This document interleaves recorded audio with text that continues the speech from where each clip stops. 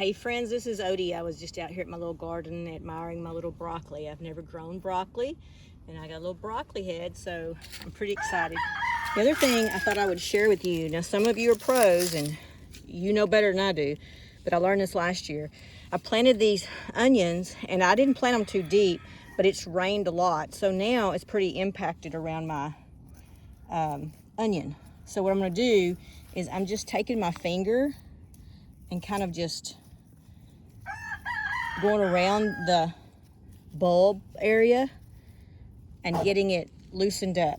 Same thing here, see, it's really compacted in there. So I'm just going to go around it, kind of loosen it up so till I get to the bulb. I'm not sure you can see that, but I want to get down to the bulb.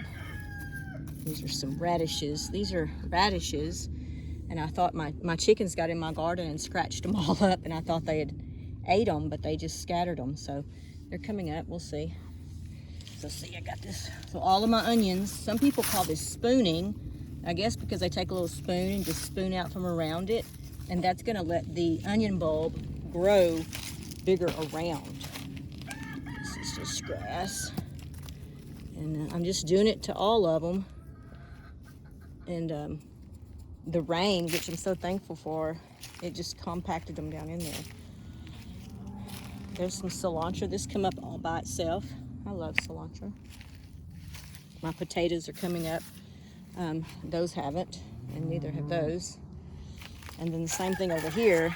See, I didn't plant them that deep, or I didn't think I did, but I guess the rain just kind of compacts them down.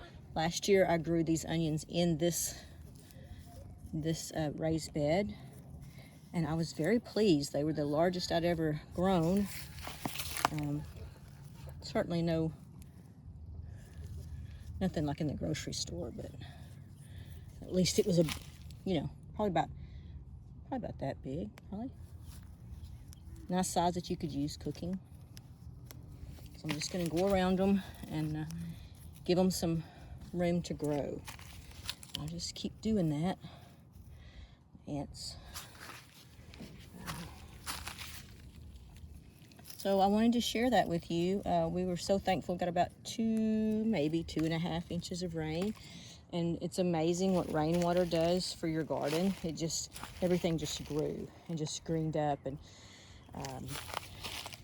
doing so much better. We needed it, we were very dry. But anyway, I thought I would share it. Now I don't want to loosen it up so much that they come out, so be careful. You can kind of tell if it's still attached or not. You know what that is? You don't even want to know what that is. That is poison ivy, and I do not want that in my garden. It must come up from the bottom. This garden bed, this is one of my very first garden beds. And actually that was my first one, and then I added this one.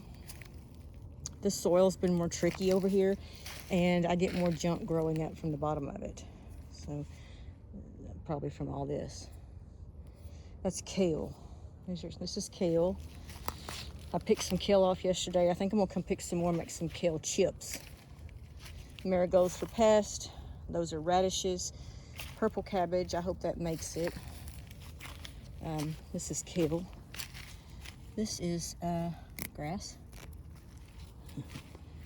So yeah, these are doing great. These are up a little higher, so I did a better job on these.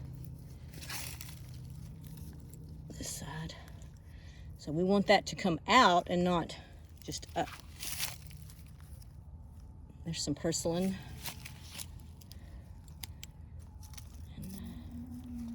Okay, so that's what I'm doing today. The rain has subsided, and I thought I'd get out here. It's supposed to start raining again tomorrow, and then we get this little freeze on Sunday, I believe. And we're here in East Texas. I'm in the northern, well, close to the northern part of East Texas. But even so, we're in East Texas, and we never know what our weather's gonna do, so you just have to go with it. If you wanna know what this is, That's for water. And each of these raised beds have a corrugated, kind of like a French drain that you put under the ground. You know, it's black and it's got little bitty tiny holes. And all these buckets have those in them. And what happens is the water goes down, and instead of just going out into the ground, it fills up those reservoirs with water. And when the ground gets dry on top, it soaks it up like a sponge. That's the idea behind it.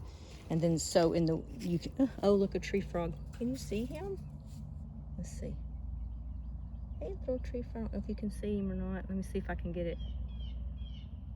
You see him? That little thing makes lots of noise. Hey, buddy.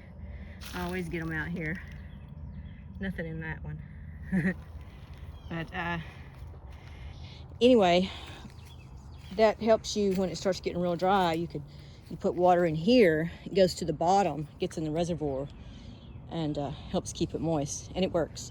These, of course, they're just one layer, so they do not have those in them. But if I start to go up with them, then I will absolutely put it inside of them. Okay, that's all I got for you today. Not much, just outside trying to enjoy the sun, and thought I better dig around my onions. So we get a good little bulb. That's a nice one. That's gonna be nice. All right. Okay, friends. Well, happy gardening. It's March the 13th, maybe, and waiting on another little cold front to come through. It was 40 degrees this morning. It's about 70 now. This is the newer part of the garden. Those tubs, I'm gonna drill holes in all those tubs and use those for planting. And then over there are some potatoes that I had left over. I don't think that's gonna work, but it is what it is. All right, happy gardening. Give us a thumbs up. I hope you're doing great. Get those plants in the ground. It doesn't have to be perfect, you see. And this is cleaned up. Just do the best you can. This is to keep weeds off. If you're, you know, I put new cardboard in there and it doesn't look wonderful, but it does the job. So you just do what you gotta do. All right, we'll talk to you later.